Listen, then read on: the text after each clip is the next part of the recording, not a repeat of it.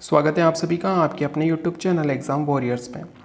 आज के वीडियो में हम बात करेंगे ग्राम विकास अधिकारी 2021 के मुख्य परीक्षा के बारे में, जो कि 9 जुलाई को इसका एग्ज़ाम होना है। तो कब तक इसका एडमिट कार्ड जारी हो सकता है, पेपर का स्तर क्या रहेगा, किस कैटेगरी में कितने नंबर के लिए आपको क्वेश्चन अटेम्प्ट करने हैं, साथ ही ये जो अंतिम समय है इसमें आपको किस प्रकार की तैयारी करनी है, जो कि प्रत्येक अभ्यर्थी का एक प्रश्न होता है। तो इसके बारे में हम लाइन बाय लाइन बात करेंगे। तो आज का वीडियो आपके लिए बहुत ही इंपॉर्टेंट होने वाला है। तो चलिए शुरू करते हैं। सबसे पहली चीज़ है कि इसका एडमिट कार्ड कब तक जारी होगा। तो इसका एडमिट कार्ड 30 जून से लेकर 2 जुलाई के मध्य जारी हो सकता है। यानी कि आपका लास्ट जो है एडमिट कार्ड 2 जुलाई को जारी हो जाएगा। यानी कि ये अंतिम है कि 2 जुलाई तक आपका एडमिट कार्ड जारी हो जाएगा। इससे पहले भी एडमिट कार्ड जारी हो सकता है। 30 जून, 1 जुलाई और 2 जुलाई इन डेट में आपका एडमिट कार्ड जारी हो जाएगा। जहाँ तक बात है एग्ज़ाम सेंटर की, तो इसमें भी जो एग्ज़ाम सेंटर है कंप्यूटर इंस्ट्रक्टर की तरह ही संभागीय मुख्यालय पर रखे गए हैं। यानी कि आपका जो भी संभाग है वहीं पर आपका एग्ज़ाम सेंटर आ जाएगा। इसके बाद अगर हम बात करें पेपर का लेवल क्या रहने वाला है, तो कई स्टूडेंट कमेंट बॉक्स में लिखेंगे कि पेपर का लेवल हम कैसे डिसाइड कर सकते हैं पहले ही। तो आप सभी जानते हैं कि ये ग्राम विकास अधिकारी की मुख्य परीक्षा है। प्री परीक्षा आप सभी ने दी है। प्री परीक्षा में जो पेपर आया था वो मीडियम लेवल का था। तो यहाँ पर भी चांस बनते हैं कि लगभग मीडियम लेवल का ही पेपर आएगा।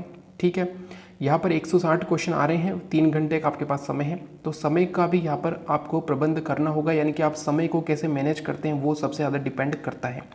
तो इसलिए पेपर तो मीडियम लेवल का ही आएगा जैसा कि प्री में आया था, लेकिन सबसे इंपॉर्टेंट चीज़ रहेगी यहाँ पे टाइम मैनेजमेंट, जो आपको करना होगा। ठीक है, इसके बाद अगर हम बात करें कि यहाँ पर आपको अंतिम समय में क्या करना है। अंतिम समय का मतलब है अभी भी आपके पास लगभग 12 से 13 दिन का समय बाकी है। ये दिन काफ़ी होता है एक अच्छी तैयारी के लिए भी, यानी कि आपने तैयारी तो कर ली है, आपने टॉपिक पढ़ चुके हैं।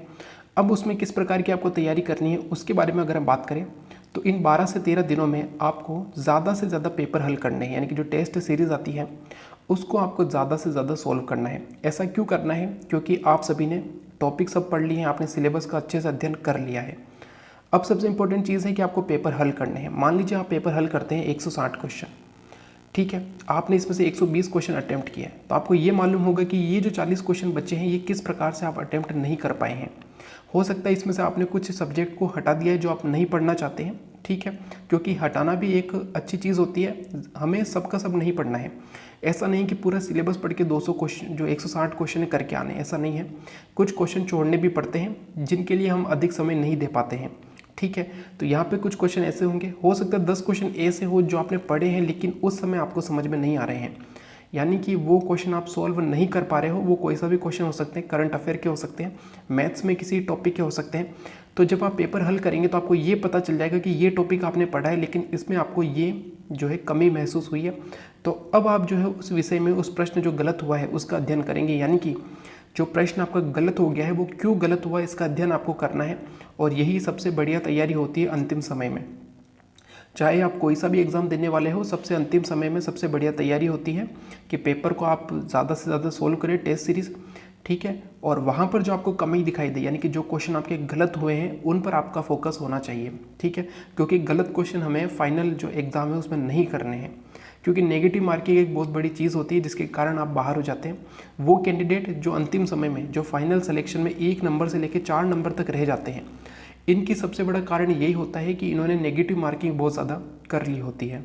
ठीक है, तो सबसे बड़ा कारण जो प्रतियोगी परीक्षा इसमें बाहर होने का यही होता है कि आपने नेगेटिव मार्किंग कई ज़्यादा कर ली थी। तो उस पर हमें फोकस करना है, अंतिम समय में पेपर हल करना है। और पेपर हल करते समय भी हमें नेगेटिव मार्किंग बिल्कुल नहीं करनी है। और जो क्वेश्चन आपसे गलत हो गए हैं, यानी कि आपने सही तो लगाया था लेकिन हो सकता है आपने कुछ गलती से उसको गलत कर दिया है, यानी कि आपको थोड़ा सा अगर उस बारे में नॉलेज कम था तो आपका वो क्वेश्चन गलत हो गया है। ठीक है, तो अब उस विषय पर आपको फिर से अध्ययन करना है और ये 12 से 13 दिन का समय इसी के लिए होता है। तो आप सभी ने ये जान लिया होगा कि किस प्रकार आपको अध्ययन करना है। पेपर जो है ज़्यादा से ज़्यादा सॉल्व करने हैं।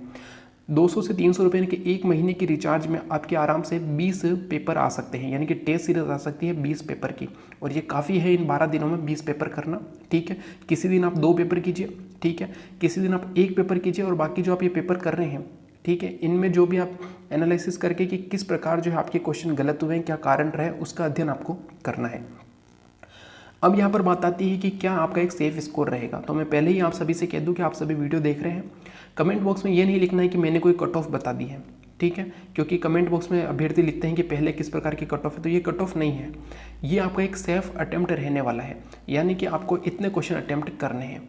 कट ऑफ जो है इससे कम ही जाएगी, क्योंकि कट ऑफ हमेशा जो है ज़्यादा नंबर लाने वाला अभ्यर्थी तय नहीं करता है कि कट ऑफ क्या रहेगी। कट ऑफ हमेशा तय होती है एवरेज स्कोर से, यानी कि कितने अभ्यर्थी ऐसे थे जिन्होंने सबसे ज़्यादा स्कोर किया है, यानी कि किस रेंज में सबसे ज़्यादा स्कोर हुआ है, वहीं पर आपकी कट ऑफ सेट होती है।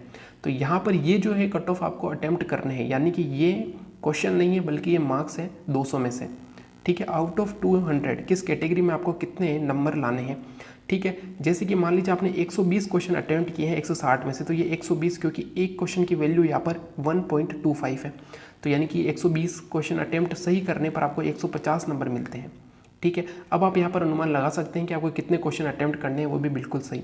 वैसे बता दूँ तो जनरल में अगर आप 115 से 120 क्वेश्चन अटेम्प्ट करते हैं तो आपका बहुत ही बढ़िया रहेगा, ठीक है, क्योंकि पेपर का लेवल मीडियम लेवल रहने वाला है, ईजी तो नहीं आने वाला है, ठीक है, जैसा पटवारी में आया था, ठीक है।